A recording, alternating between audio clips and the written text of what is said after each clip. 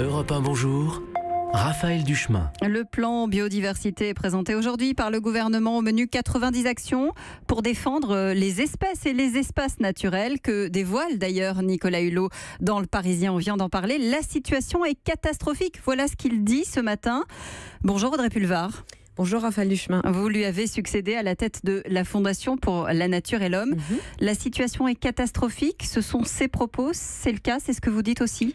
Ah oui, la situation de la biodiversité est catastrophique et j'ajouterais juste que nous, êtres humains, faisons partie de la biodiversité.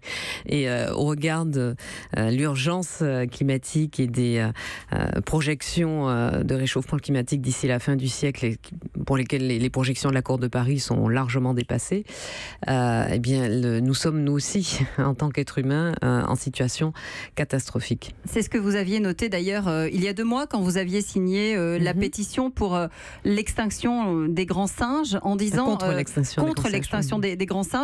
Vous aviez dit on est capable de laisser disparaître une espèce qui finalement est celle qui nous ressemble le plus. Absolument. Et puis, vous savez, la question de l'effondrement de la biodiversité, elle est à l'image de toutes les problématiques liées au réchauffement climatique.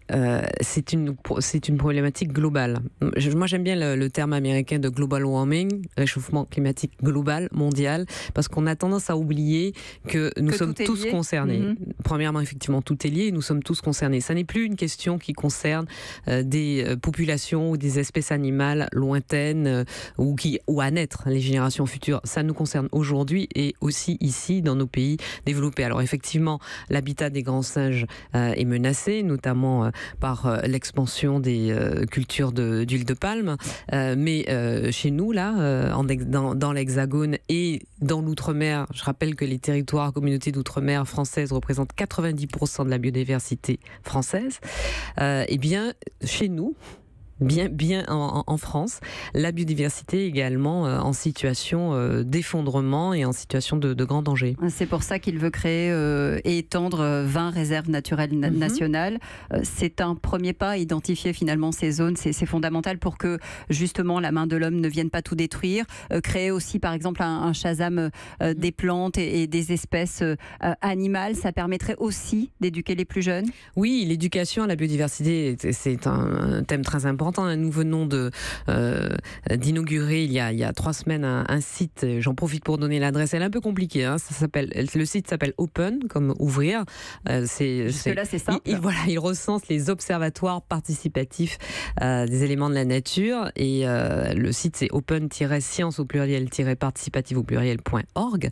C'est un site comme plein d'autres sur lequel nous recensons les actions participatives et liées à l'éducation, à l'observation de la nature. Cet été, certains d'entre vous vont aller à la mer, à la montagne, eh bien, ils pourront, en consultant ce site, voir ce qui se passe près de leur lieu de villégiature ou près de leur lieu d'habitat, tout simplement, pour l'éducation, la préservation de la biodiversité. Observer le requin pèlerin en Méditerranée, compter des papillons, découvrir les insectes nocturnes lors des soirées étoilées.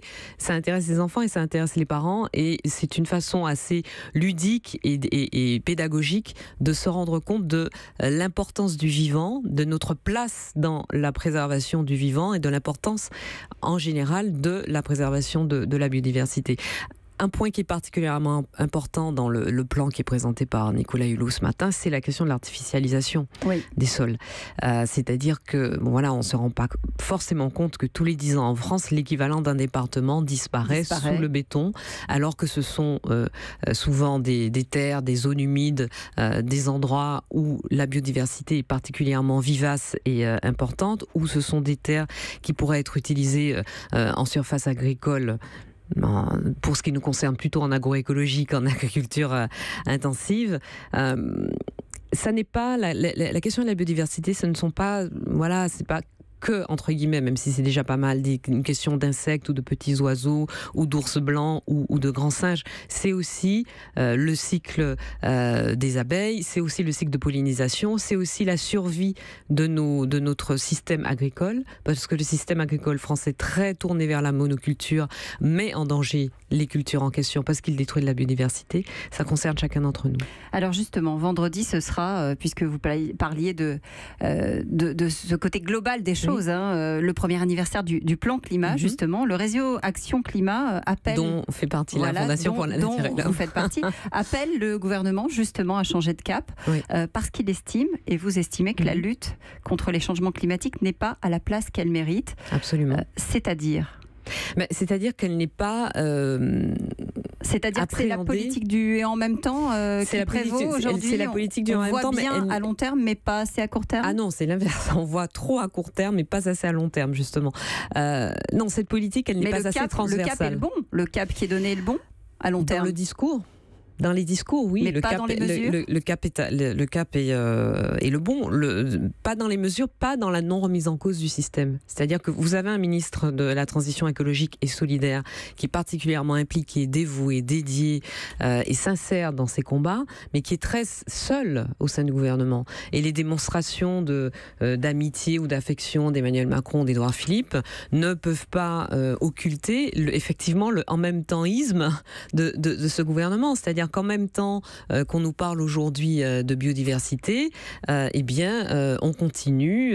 Il est seul quand il parle du glyphosate, par exemple. Il est seul sur la part du nucléaire en France. On ne met pas l'interdiction du glyphosate dans la loi. On parle de continuer de promouvoir l'industrie du nucléaire, alors qu'on sait très bien que cette industrie non seulement est dangereuse pour l'environnement et pour la santé humaine, mais en plus qu'elle est extrêmement coûteuse. Je rappelle que le PR de Flamanville, le coût initial était de 3 milliards, on en est aujourd'hui à près de 11 milliards d'euros. Alors, on a effectivement hier présenté un certain nombre de préconisations pour le gouvernement. La Fondation pour la Nature et l'Homme défend très fortement l'idée d'inscrire au PLF, au projet de loi de finances 2018, l'affectation totale du produit de la taxe carbone à la transition écologique. C'est-à-dire 27 milliards et demi d'euros d'ici la fin du quinquennat. D'ici 2022. Cet argent doit revenir à l'environnement, mais vous savez qu'en pratique, aujourd'hui, ça n'est pas possible. Alors, en pratique, en théorie, je dirais, effectivement, on n'affecte pas le produit d'une taxe. Sauf que dans la réalité, ça se fait. Ça se fait tellement que cette taxe carbone qui a été mise en place en 2014, donc sous le quinquennat précédent, le produit de la taxe carbone en 2014 a été, après un accord entre partis politiques représentés à l'Assemblée nationale et au Sénat, a été entièrement dévolu au financement du CICE. Vous savez, le crédit d'impôt compétitivité emploi. En 2016, les 2 ou 3 milliards d'euros supplémentaires de recettes ont été dévolus aux énergies renouvelables. Nous, ce que nous voudrions, c'est 30 milliards entre maintenant et 2022, presque 30 milliards entre maintenant et 2022. Nous, ce que nous voudrions, c'est que ces 30 milliards qui sont prélevés sur les ménages, qui sont prélevés sur les entreprises, servent intégralement à financer la transition écologique à destination notamment des ménages les plus modestes. Et pour ça, et ce sera ma dernière question, Nicolas Hulot est toujours l'homme de la situation. Vous dites, s'il n'était pas là, ce serait probablement pire. S'il n'était pas là, ce serait probablement pire. Mais il n'y a pas d'homme ou de femme providentielle, qu'il soit d'homme de la situation, je n'en doute pas, mais il ne peut pas demeurer l'homme de la situation s'il est aussi seul au gouvernement. Il faut qu'à Bercy, il faut qu'au ministère de l'Agriculture, il faut qu'à Matignon, chacun prenne ses responsabilités, chacun soit en complète sincérité, et non pas seulement dans les discours, mais en complète sincérité dans les actes, dans les politiques publiques qui sont décidées, pour que la transition écologique soit non seulement écologique, mais solidaire, parce que ce sont les plus démunis qui subissent le plus l'impact du réchauffement climatique alors qu'ils en sont le moins responsables. Et il faut que les politiques publiques soient un peu plus cohérentes, qu'on arrête de faire en même temps dans les discours de la transition écologique et dans les faits de la perpétuation du vieux système basé sur les énergies fossiles. Merci Audrey Pulvar d'avoir été avec nous. Europe.